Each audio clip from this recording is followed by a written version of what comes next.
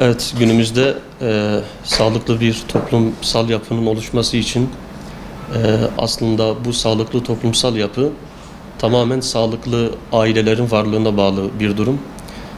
Maalesef günümüzde aile için tehlike çanları çalmaya devam ediyor.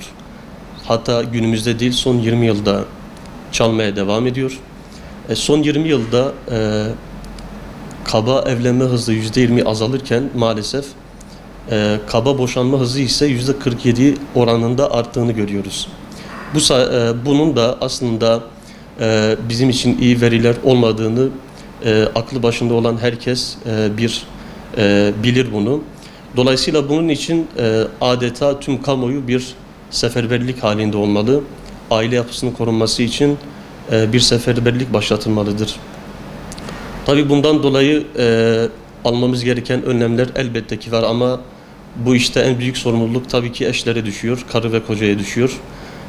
Aslında fıtratın sahibi evlenmedeki amacın Rum suresinde belirtiyor evlenmedeki amacı.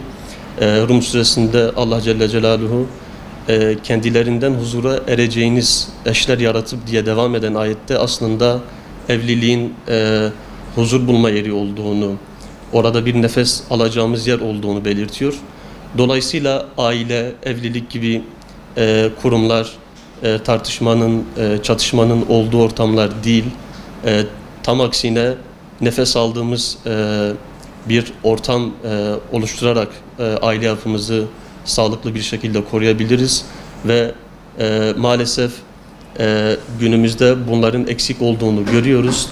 Tabii boşanmalardaki nedenlerden bazıları cinsiyete göre değişebiliyor ama büyük oranda genel anlamda bir genelleme yapacaksak tamamen tarafların sorumsuzluk ve ilgisizlikten kaynaklandığını ifade edebiliriz ve günümüzde de maalesef aldatma ve boşanma oranları giderek artıyor. Dediğim gibi bunun önlenmesi için kesinlikle bir seferberlik oluşturulmalı. Tüm kamu kurumları, tüm özel kurumlar işbirliği içerisinde bir seferberlik halinde mücadele içerisine girmelidirler. Çünkü sağlıklı bir aile yapısı olmadığı zaman aslında bu şu manaya geliyor, bu toplumun çöküşü manasına geliyor. Dolayısıyla gelecek nesillere bir miras bırakmak istiyorsak en azından bu aile yapımızı bizim korumamız gerektiğini düşünüyorum. Tabii burada da eşler, belki eşler için şunu söylemem gerekir. Kendi aralarında halledilebilecek bir mesele ise bunu en azından kendi aralarında halletmelerini tavsiye ediyorum. İşin içerisinde aileleri katmadan, çünkü aileler işin içerisine girdiği zaman maalesef sorun daha da büyüyebilir.